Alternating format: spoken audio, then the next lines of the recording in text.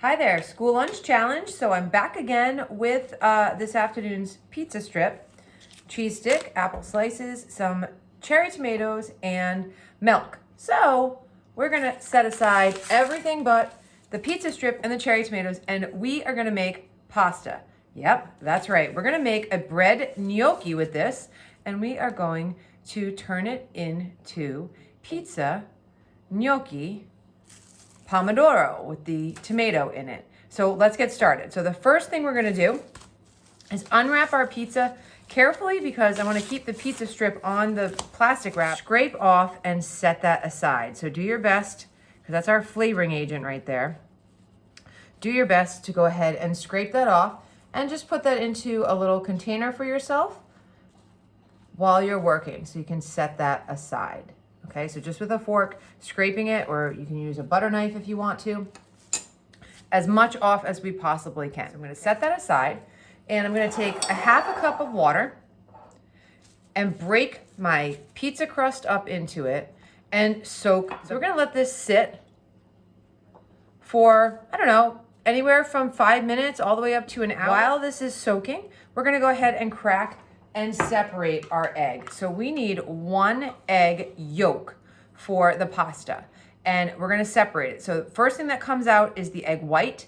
I have a small container here to catch my egg white, and hopefully if it's nice and clean, I can use it to whip up some meringue or something else.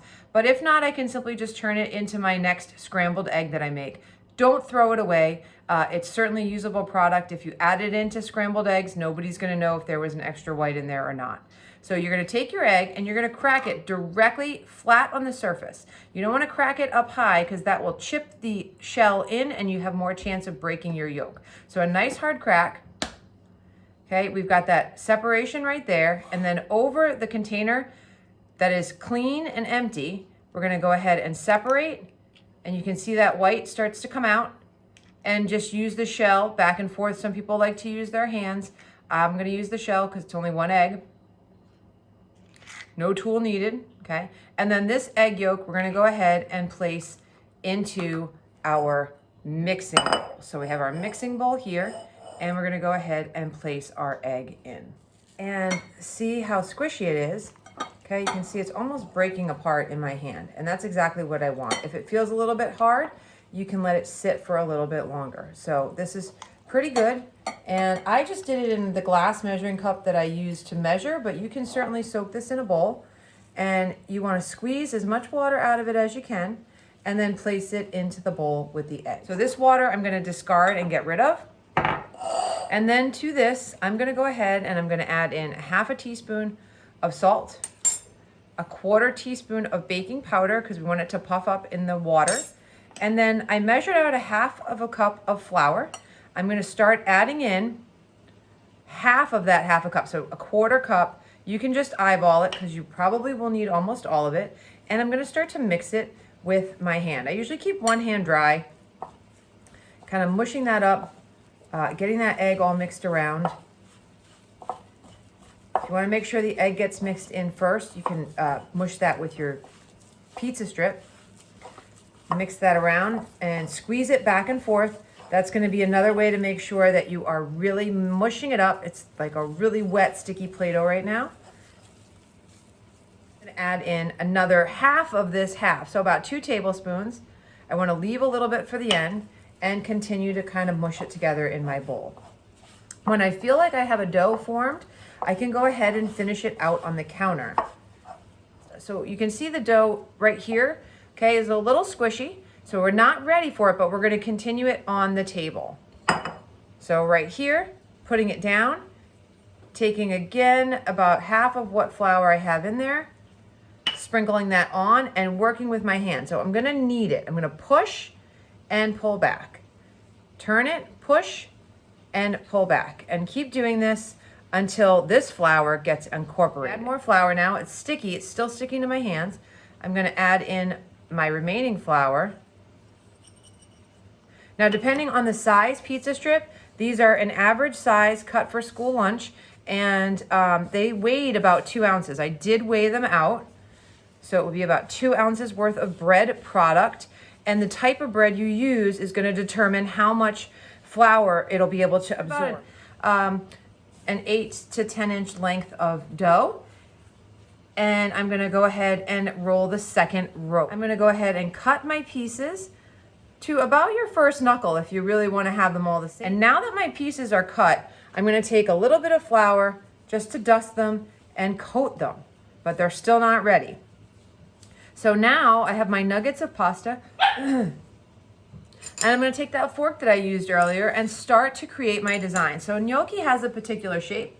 You're gonna start at the top, and by starting at the top, you bring it down and pull down. And as you pull down, you wanna roll that gnocchi so that it gets that little curl or that cup. So we start up the top, push it onto the fork, and roll it down. It takes a little bit to get used to until you get a good rhythm, but then they'll all come together. All right, so I'm gonna go ahead and prep the sauce while our water is coming to a boil. I'm gonna take these grape tomatoes that we got, and I'm just gonna go ahead and quarter them down and then in half again. I'm using just a serrated tomato knife. We have our topping from our pizza. To that, I'm gonna go ahead and add 1/4 teaspoon, so 1/4 of a teaspoon of basil and 1/4 of a teaspoon of salt. And you can put in some pepper to taste. Okay, so that's gonna be our sauce base. In addition to that, I measured out 1/2 tablespoon of butter, and we're gonna put in a teaspoon of some olive oil. And then I have this tablespoon of salt right here, and this is kosher salt. We're gonna put this directly into, I hope you see my boiling pot, but directly into my boiling pot of water. It's gonna be like an airplane in here now, okay? But that is gonna be to cook our gnocchi in. And you can see here our gnocchi is all done. They have those nice ridges in them. And we're gonna go ahead and put this in the boiling water for 3 to 5 minutes while we're making our sauce.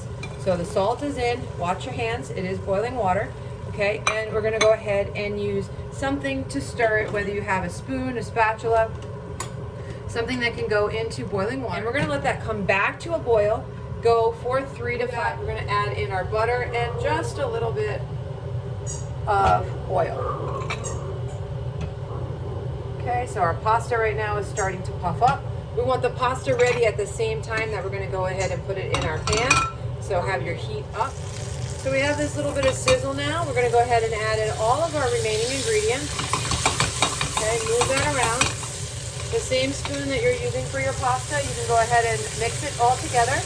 Kind of break up that little bit of tomato that was on the top of the pizza. And lower your flame to a medium flame so that you don't burn your butter. But we want to kind of cook in the tomato a little bit. Okay, bring out the flavor of the basil. And we're going to check and see if our pasta is done. So if you can see how much is actually expanded, we're going to go ahead. It's been about 3 minutes. Take these little nuggets. I have just a little strainer. You can empty it in a colander. It's fine. Okay, but before we empty it in the colander, there's one very important thing that we have to do, and that is we need to use our scoop and get about 1/4 cup. So I just estimate it because I already used this scoop, and I want to go ahead and stir my pasta around, get it coated with that little bit of butter, and I'm going to add in the pasta water because you can see it's going to start to stick. Add that pasta water. That is your secret to making this sauce really creamy without adding extra butter or oil. Okay, shake that pan, move it around. Okay, but we want it to reduce a little bit, and it's going to coat this pasta and get really clingy. It's going to be amazing. So all that's left to do is put it on a plate. School lunch challenge, reimagined, pizza, gnocchi, pomodoro. Enjoy.